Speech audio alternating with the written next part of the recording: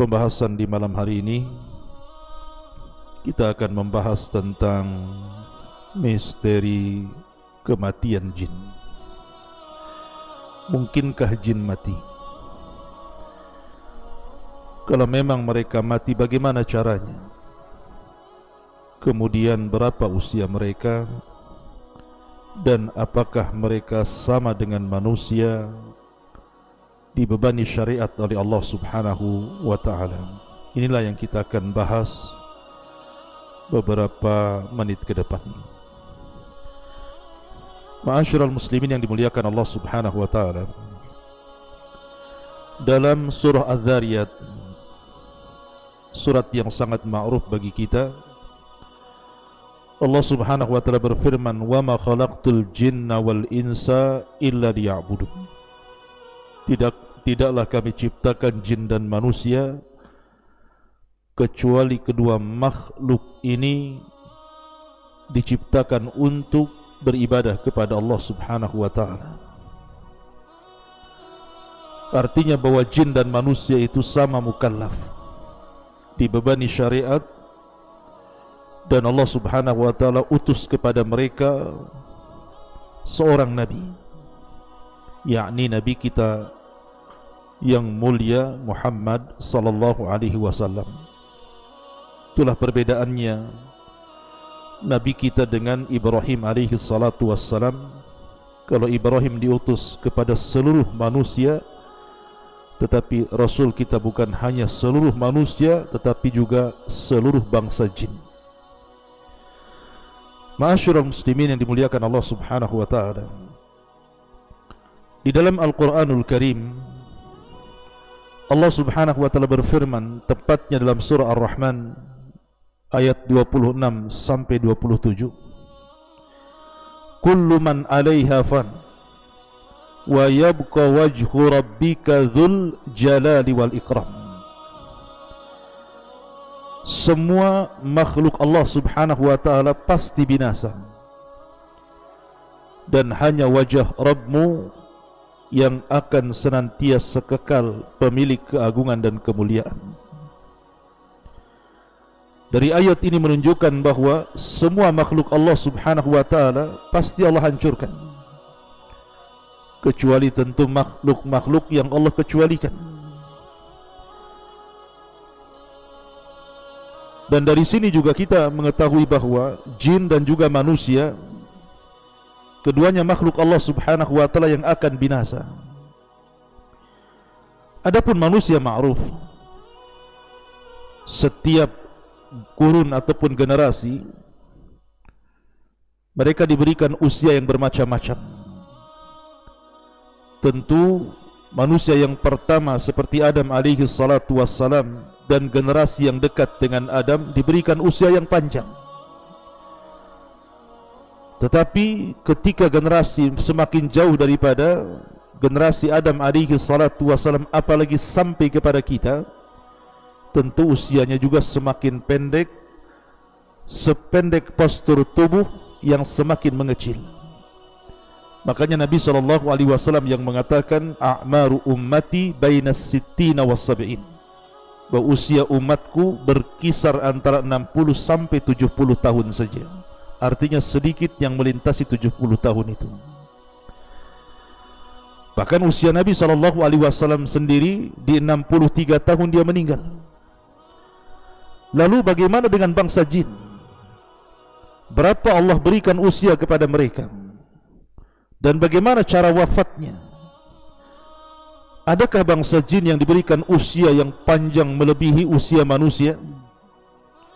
Ma'asyiral muslimin yang dimuliakan Allah Subhanahu wa ta'ala, kita tahu bahawa jin itu memiliki beberapa golongan. Golongan yang pertama adalah jin yang Allah Subhanahu wa ta'ala kekalkan usianya, dan baru Allah Subhanahu wa ta'ala wafatkan dalam tiupan sangkakala yang pertama. Itulah yang disebut dengan iblis laknatullah alaihi. Karena iblis itu bagian daripada jin. Allah Subhanahu wa ta'ala berfirman dalam surah Al-Kahfi, illa iblisa kana minal jinni fafasaqa an amri rabbi. Kecuali iblis yang tidak mau sujud kepada Adam, dia bagian daripada jin, dan dia jin yang fasik terhadap perintah Rabbnya. Dari sini menunjukkan bahwa iblis bagian daripada bangsa jin. Lah iblis ini Allah kecualikan atas permintaan dia sendiri. Dia mengatakan, fa'anzirni ila yaumi yub'atsun. Ya Rabb, tangguhkan usiaku sampai hari kelak semua makhluk dibangkitkan. Maka Allah Subhanahu wa ta'ala mengabulkan permintaan iblis dan mengatakan, fa innaka minal mungdharin ila yaumil waqtil ma'luh. Sesungguhnya engkau termasuk makhluk yang diberikan tangguhan usia sampai batas waktu yang ditentukan. Maksudnya sampai tiupan sangkakala yang pertama, ketika makhluk dihancur-hancurkan Allah Azza wa Jalla.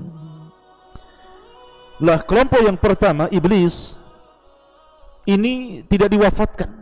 Sejak diciptakan sampai hari ini dia tetap hidup, dan kelak akan diwafatkan pada tiupan sangkakala yang pertama.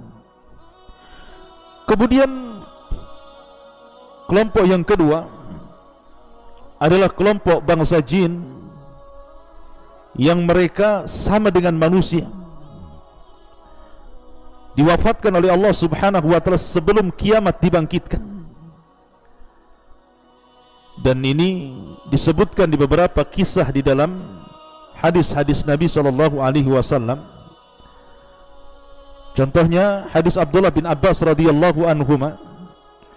Nabi SAW suatu ketika berdoa, beliau mengatakan, a'udzu bi'izzatika alladzi la ilaha illa anta alladzi la yamut wal jinnu wal insu yamutun.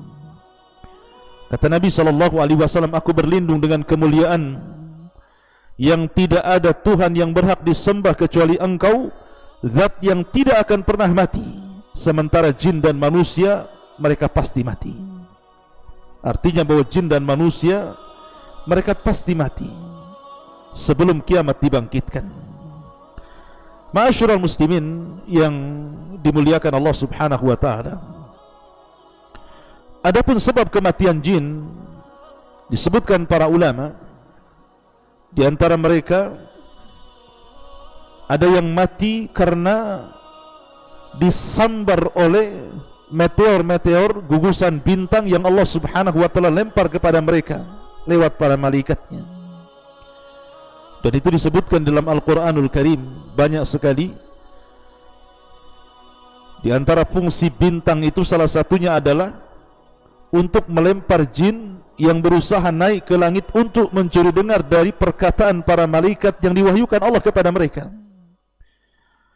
Karena dahulu di zaman jahiliyah, jin-jin ini biasa naik ke langit sebelum diutusnya Nabi SAW, dan mereka memiliki pos-pos di langit itu untuk mencuri dengar apa yang difirmankan Allah kepada para malaikat. Apabila mereka mendengar satu kalimat, maka mereka akan menyampaikan satu kalimat kepada yang di bawahnya.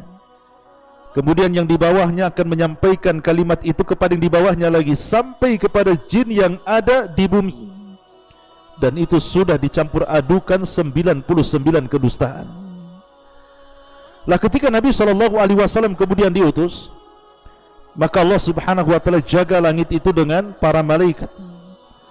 Makanya satu jin pun sudah tidak sanggup lagi untuk mencuri dengar, karena setiap kali mereka naik ke langit, maka mereka akan ditembak oleh meteor-meteor, oleh gugusan-gugusan bintang, untuk menjaga langit dan supaya wahyu Allah Subhanahu wa ta'ala tidak tercampur adu dengan ucapan para dukun.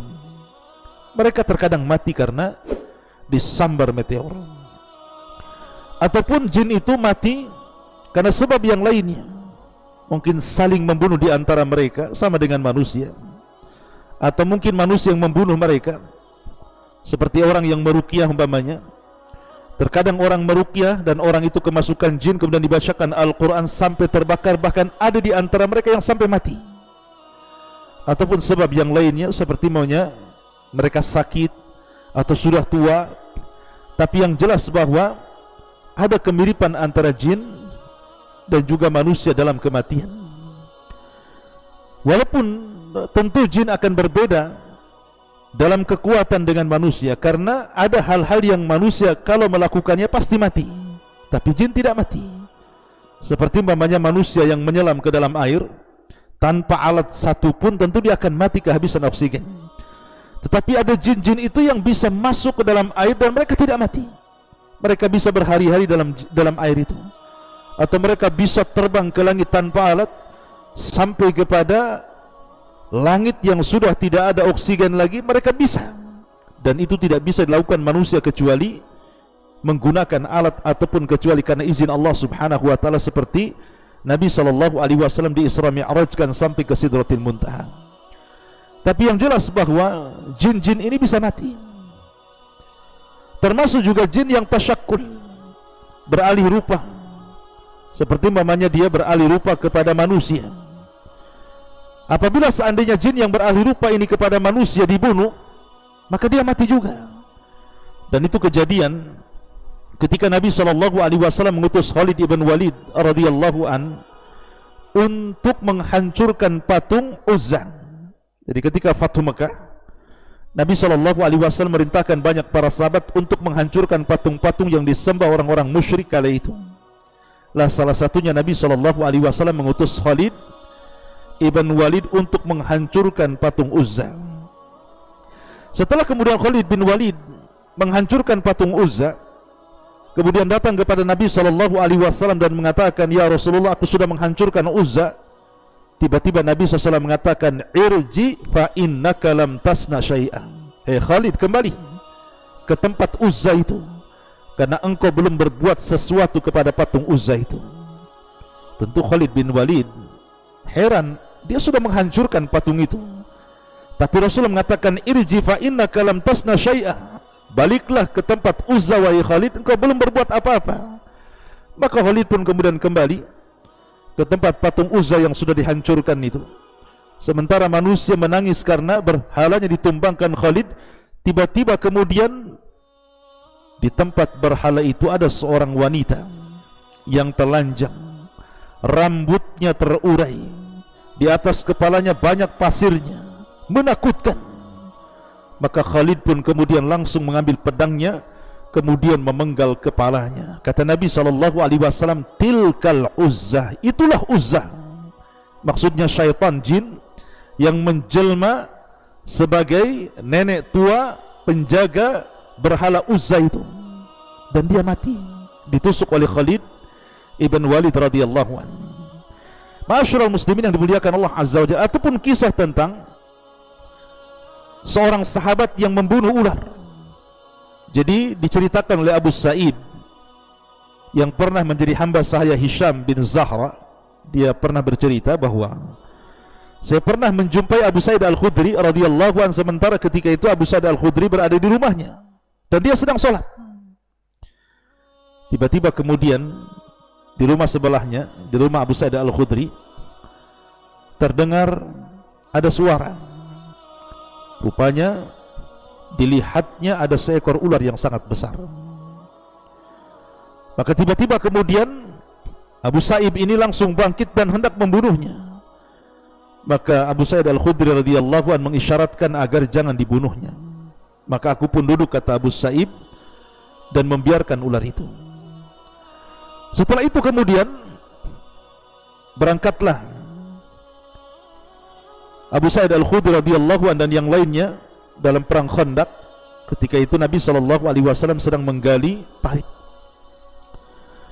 Lah salah seorang sahabat Nabi SAW dilaporkan bahwa ada sesuatu terjadi di rumahnya. Maka dia pun bergegas pulang ke rumahnya Kemudian Nabi SAW menyuruh untuk membawa senjata. Maka kemudian laki-laki ini pun membawa senjata, kemudian pulang ke rumahnya.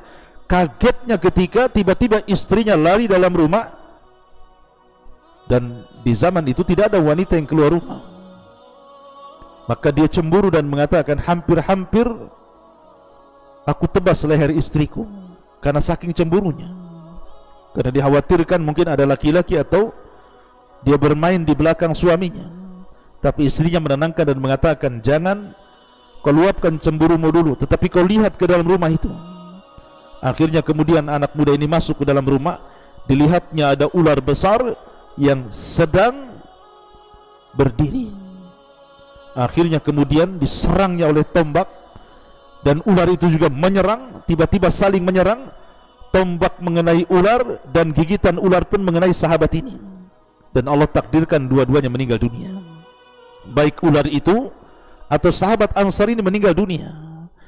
Maka kabar ini sampai kepada Nabi SAW, sehingga Rasul mengatakan, istaghfiru li akhikum, mintalah ampun kepada Allah kepada saudara kalian ini. Inna bil madinati jinnan qad aslamu. Sesungguhnya di Madinah ini terkadang ada jin yang sudah masuk Islam. Fa idza ra'aitum minhum syai'a, kalau seandainya kau melihat di antara mereka jin yang berupa ular itu, fa'adhinuhu thalathata ayyam, usir dia dari rumah kalian selama 3 hari.